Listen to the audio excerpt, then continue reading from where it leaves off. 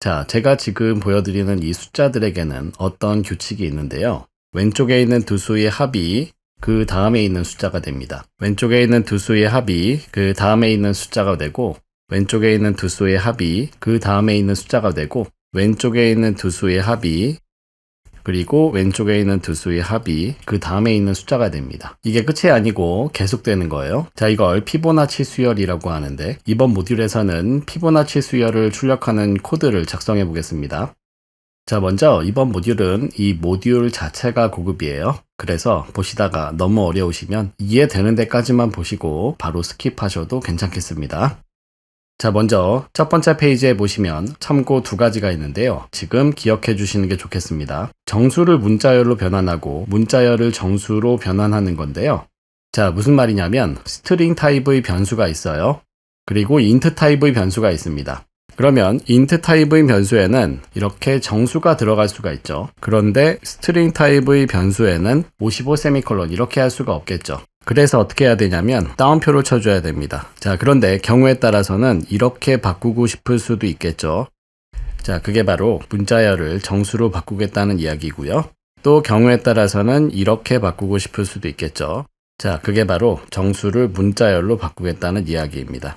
자, 그래서 먼저 int 타입의 정수를 문자열로 바꾸기 위해서는 둘 중 하나 쓰시면 되는데요. 처음 하시는 분들에게 제가 추천하는 건 바꾸고 싶은 정수 다음에 플러스 다음에 따옴표를 따닥 눌러주시는 겁니다. 그러면 결국에 얘가 따옴표 55, 그러니까 문자열이 된다는 이야기예요. 잘 기억해 보시고요. 자, 그 다음 문자열을 정수, 그러니까 int로 변환할 때에는 이걸 좀 기억하시면 좋은데요. integer.parseInt라는 걸 사용합니다. 자, 여기서 인티저라는 걸 처음 보셨을 텐데 이거는 이제 뒤에서 배우시는 래퍼 클래스라는 건데요. 지금은 모르셔도 되고요. 뒤에 가시면은 자세하게 배우시니까 지금은 이 인티저라는 이름을 신경 쓰지 마시고 integer.parseInt를 좀 기억을 해주세요. 자, 참고로 이거 쓰실 때 여기 i가 대문자고 또 여기 i가 대문자입니다. 자, 그러면 이거 어떻게 쓰시냐면 이 따옴표 55가 요 괄호 안으로 들어오는 거죠.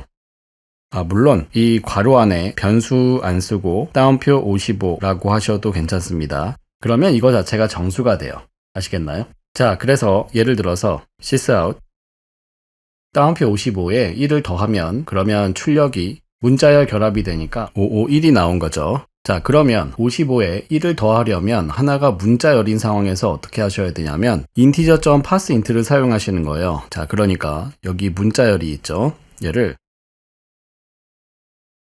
integer.parseInt를 사용해서 그러면은 요만큼이 정수 55가 되는 거죠. 자, 여기다가 1을 더하시는 거예요.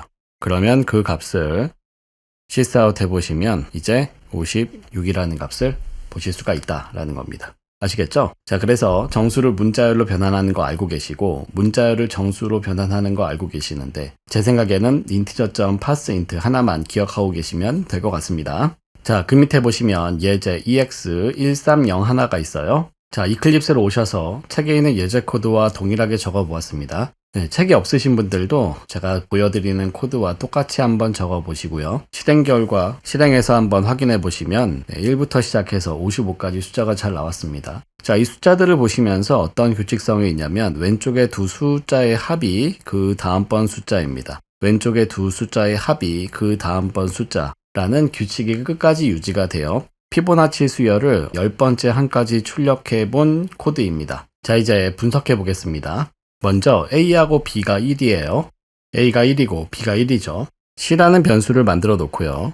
sysout이 보이니까 어떤 내용을 출력하냐면 A가 1이고 B가 1이거든요. 그래서 1 한 칸 띄고 1 한 칸 띄고가 출력될 겁니다. 자, 이거는 피보나치 수열의 첫 번째 항과 두 번째 항을 그냥 출력한 거예요. 자, 그 다음 중괄호를 보시면요. 요 중괄호부터 중괄호까지 i가 3부터 시작해서 10까지 반복이 될 거니까 여기서는 뭘 할 거냐면 세 번째 항부터 10번째 항까지 출력을 한다라는 게 되겠습니다. 자, 분석이 끝났으니까 포문을 한번 지워보고요. 지워놓고 보시면 i는 3, 4, 5, 6, 7, 8, 90으로 증가할 건데 이때 요 중괄호 안에서 반복해서 실행할 내용은 요 네 문장이 되는 거죠. 자, 그러면 한번 실행해 볼까요? i가 3일 때 c를 계산하면 a랑 b가 1과 1이니까 1 플러스 1 해서 c는 2가 되죠. 2 한 칸 띄고를 출력하게 되네요. 자, 그 다음 두 문장에 의해서 B의 값이 A로 들어가고 C의 값이 B로 들어갑니다. 그래서 값이 이렇게 바뀌게 되겠죠. 자, 중괄호 안에서 실행할 내용을 다 했네요. 그 다음 i가 4일 때요. 먼저 a 플러스 b를 c에 넣습니다. 그러면 1 플러스 2가 되니까 c의 값은 3이 되겠고요. 그 다음 문장에 의해서 3 한 칸 띄고가 출력되고 그 다음 두 문장에 의해서 b의 값이 a로 오고 c의 값이 b로 오죠. 그러면 a의 값은 이제 2가 되고 b의 값은 이제 3이 될 겁니다.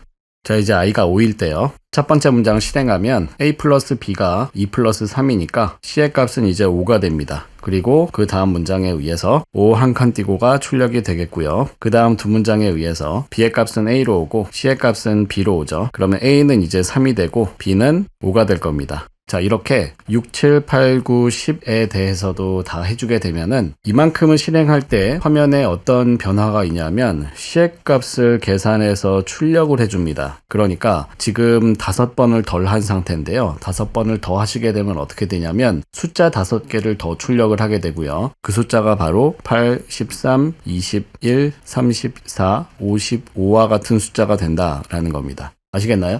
제가 한 것처럼 변수의 값을 일일이 바꿔가면서 출력의 결과가 이렇게 된다는 것을 반드시 실행 결과를 따라가 보셔야 됩니다. 반드시 이 연습을 해주시기를 부탁을 드릴게요. 자, 저는 이제 이 코드를 조금 다른 각도에서 한번 분석을 해볼게요. 아까의 분석을 100% 이해하셨으면 이번 분석이 어렵지 않으실 거고요. 아까 분석이 어려우셨으면 다시 보고 오시는 게 좋습니다. 자, 그러면 조금 더 생각을 해보실게요. 자, 이 반복문에 중괄호 안에서 하게 되는 일이 뭐냐면 c의 값을 계산해서 출력해요. 그 다음에 a, b를 이동하는 겁니다. 자, 무슨 말이냐면 a랑 b가 지금 1, 1이었죠. 자, 그런데 c를 계산하면 c는 얼마가 되냐면 1 플러스 1은 2이니까 2가 될 거예요. 중괄호 안에서는 이 c의 값을 계산해서 출력을 해준 거죠. 자, 그럼 어떻게 하시냐면 a를 이 자리로 이동해요. 그 다음 b를 이 자리로 이동합니다. 자, 그러면 a의 값은 1이 됐고 b의 값은 이제 2가 됐죠. 자, 그러면 c를 계산하면 어떻게 돼요? a랑 b를 더해서 c니까 c의 값은 이제 3이 되겠네요. 그래서 이렇게 c의 값은 3이 되었다라는 겁니다. 자, 이렇게 c를 계산하는 게 중괄호 안에서 할 일이라는 거죠. 한번 더 해볼까요? a를 오른쪽으로 옮겨요. 그러면 a의 값은 이제 2가 되겠죠? 자, 그리고 b의 값을 이제 오른쪽으로 한 칸 이동합니다. 그러면 b의 값은 이제 3이 되겠네요. 자, 이 상태에서 c의 값을 계산하면 c는 a 플러스 b가 되니까 또 새로운 값을 만들어서 5라는 숫자가 될 거예요. c의 값은 5가 된다라는 겁니다. 자, 이렇게 c의 값을 계산해서 출력하는 게 중괄호 안에서 할 일이라고요.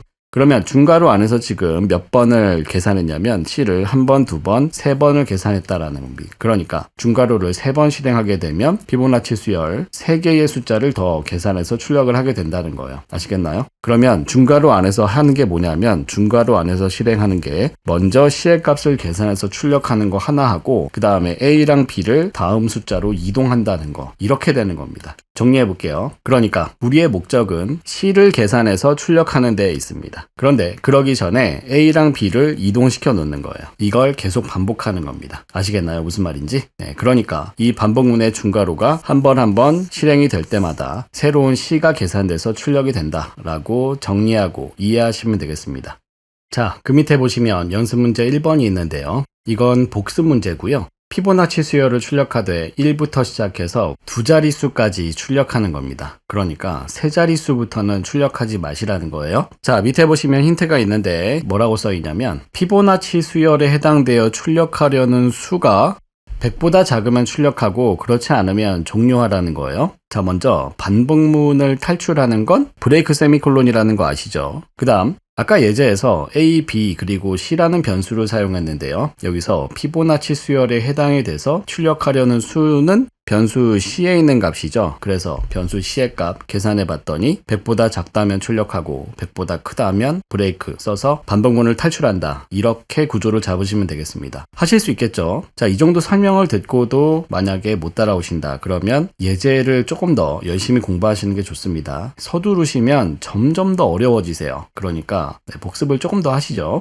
자, 연습 문제 밑에 보시면 참고가 하나 있는데요. 지금까지의 내용이 어려우신 분들을 위해서 써둔 내용인데요. 천천히 한번 보시면 아까 예제가 이해가 되셨으면 그리고 복수 문제가 풀리셨으면 안 보셔도 괜찮고요. 혹시 어려우셨으면 이렇게 한번 쪼개서 다시 한번 천천히 분석해 보실게요. 자, 먼저 반복 실행할 내용이 뭔지를 확인하고 이해하시는 거예요.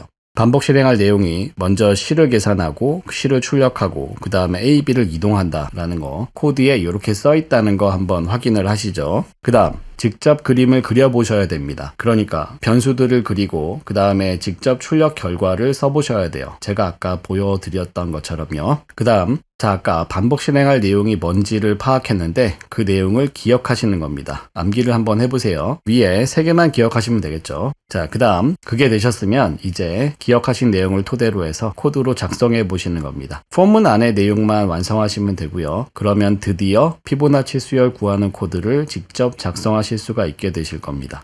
자, 그런데 피보나치 수열을 연습하실 때 처음에 좀 조심하실 게 있는데 간혹 처음 하시는 분들이 이렇게 써놓고 안 되시는 분들이 계시거든요. 순서에 유의해서 B의 값을 먼저 A에 넣고 그 다음에 C의 값을 B에 넣어야 됩니다. 자, 그러니까 혹시라도 B는 C 세미콜론을 먼저 실행하고 A는 B 세미콜론을 나중에 실행하시면 안 된다는 거예요. 자, 순서가 바뀌면 안 된다는 거 한번 왜 그런지 생각해 보시고 실행해서 실행 결과가 우리 의도랑 다르다는 거 확인해 보시면 되겠습니다.